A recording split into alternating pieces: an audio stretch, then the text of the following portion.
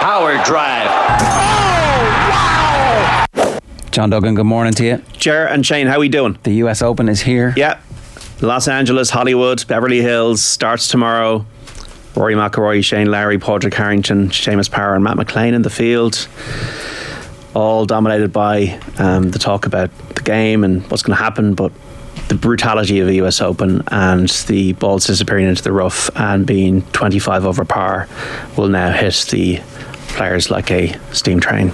Hard but playable, says Shane Lowry. Yeah.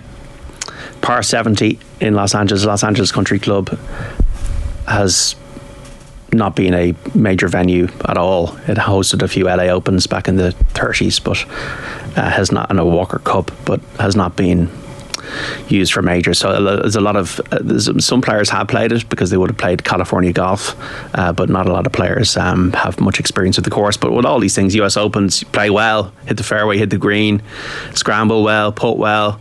It's not that difficult. You just have to have patience. It's going to be a long week. It's going to be a long week for any of us watching late at night in California, but it's going to be great. And I think we obviously see now with the live break that the majors are assuming more importance. And because we have all the best players there, and Brooks, who defected from the PGA Tour, won the last one, the US PGA. So many plot lines from a golfing perspective, and so much depth. I think it's very hard to narrow it down. That's what we're going to try and do. When you're looking at this, and I've not on my best of runs actually recently, so that's why I've been kind of quiet on the virtual insanities, because if I don't feel like I'm feeling it, I don't come in and I do it. And if I feel I can get a bit of form again, I'll do it again. If that's so, I really do think it's important to just sometimes lay down the arms, as it were, and not have a go. Whereas the last couple of years were very much profitable, and we were on a roll and doing it every single week. So that's my kind of thinking around that. But obviously, we'll always do the majors. When you think about it, if Rory McIlroy's 11-1 to win and he's the headline pick, it's like it really dulls your interest that he's probably not going to win on the basis of stats over the last 9 years. But if you're looking at 9-4 to be placed and making a profit on this, in the last 3 tournaments he's been in the top 10. In the last 4 US Opens he's finished in the top 10. So if you're making a bet each way on Rory McIlroy, only in more, I'm going to give a few others as I would anyway, in a field of over 150. But if you're only going to back Rory McIlroy at 11-1, you're more likely than not to make a profit on him, whether he wins or doesn't win. And he's more than likely not to win. Yeah. So maybe so you're not putting him up as a headline, or you think he's going to win, but you do think that there's a good chance he places. Yeah, but the bonus is that I'm going to headline him because I think he can't not headline Rory McIlroy in a way. If that makes sense. Does it help that he's not talking? Well, maybe being the sacrificial lamb will motivate him. Like, he's got ample motivation now to win. He's done everything in the game but win a major over the last night. Like, he won both tours last year. How difficult is that to do, you know? He played with Brooks first 2 rounds. That'll be fun. Spoken to Sky yesterday in a good form. Look, he's well capable of winning this. He's won it before. So that's why I'm kind of thinking from a few different angles why he might be the pick this week. The US Open has traditionally had a bunch of winners who come from nowhere to win. Like, if you go all the way back, you're seeing Jeff Ogilvy, Angel Cabrera. So Cabrera obviously was another major winner, but Lucas Glover, G-Mac, Webb Simpson, Scott Simpson, Martin Keimer, Gary Woodland. Gary Woodland was a bit of a left fielder at Pebble Beach, and I've got a few of them here, right? Matt Fitzpatrick. No, he was painful. That was painful last year. It was painful. I don't even want to talk about that. What made it painful for you, John? Because he was in my ballpark in my mind to have a cut at him, and he didn't play that well in Canada, and I went off him, and that was black bag stuff. It was black bin sacks. It could have been if Fitzpatrick had won. Is Nick Taylor in with if you're looking at Canada? Into the shout? I think everybody's in with a shout that's playing well. The other ones I'm going to go for, I'm looking for golfers with California experience, right? And people like slag me off every single time for like putting a Patrick Cantlay in these events. He's 16-1 for 9 each way. But he's played the course dozens of times. He went to college in Los Angeles. He's now got Tiger's ex-caddy in the bag, Joe LaCava. That's obviously going to help him. He's 4th ranked in the world. Why? Top 15s in his last 3 majors, so he's now beginning to get a major comfortable. Tied 9th at the US PGA in his penultimate start. Top 15s in the last 2 US Opens.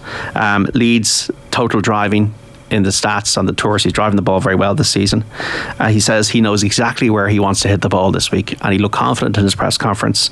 Sometimes he can be looking quite gloomy, and I just think the California experience makes him, he's skinny odds, but I do think he's going to be thereabouts. Patrick Cantlay 16s.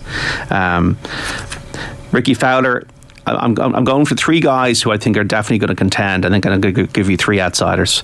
The third one to contend is Ricky at 45-1. So Ricky was outside the top 100 in the world at the end of last year, beginning of this year. Now he's 45th in the world. Why? Because he's working with Butch Harmon again, the best coach in the history of the game.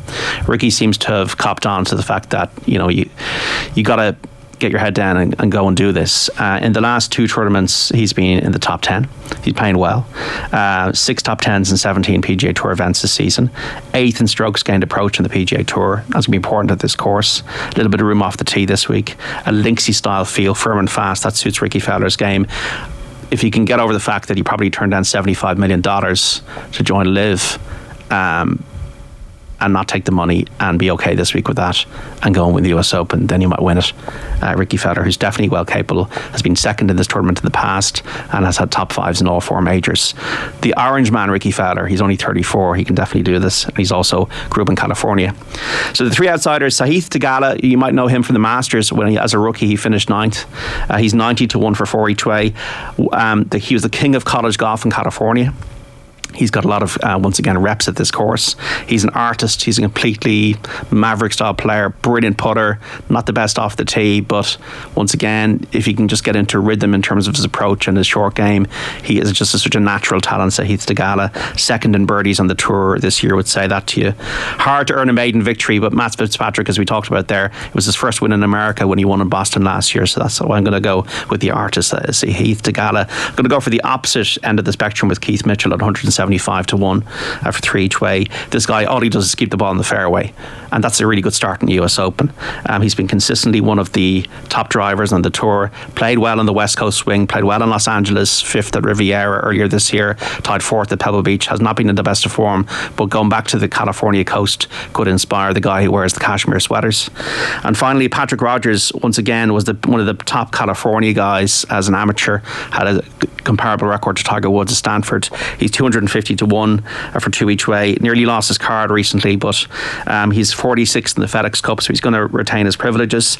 Just needs to put it together for 4 rounds.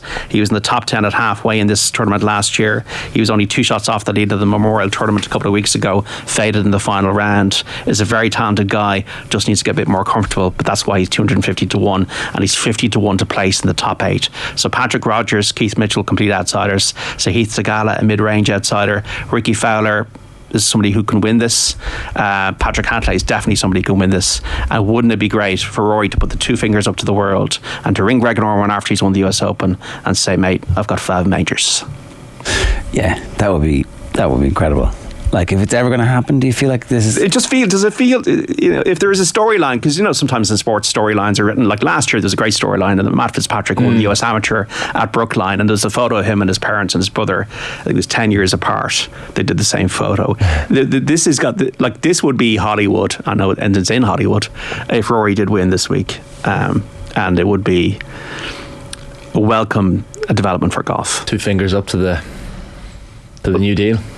Well, when you think about it, this guy is... Look, Brooks has got more majors now, but Rory McIlroy is the face of golf and he's the voice of golf. Am I right in saying that? Oh, yeah.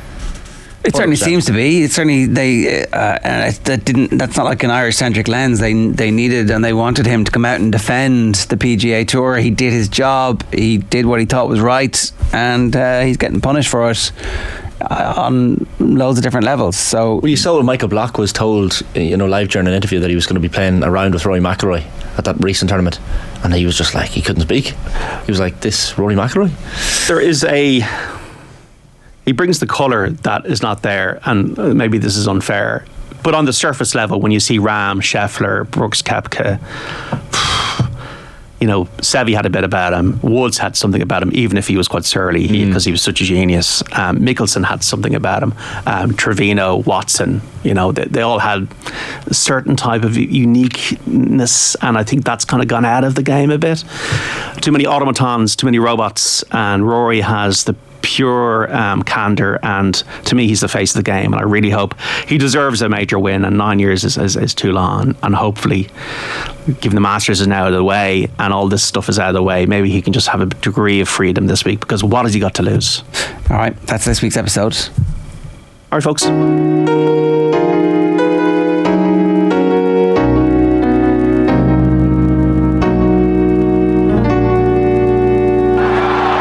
You have entered Power Drive.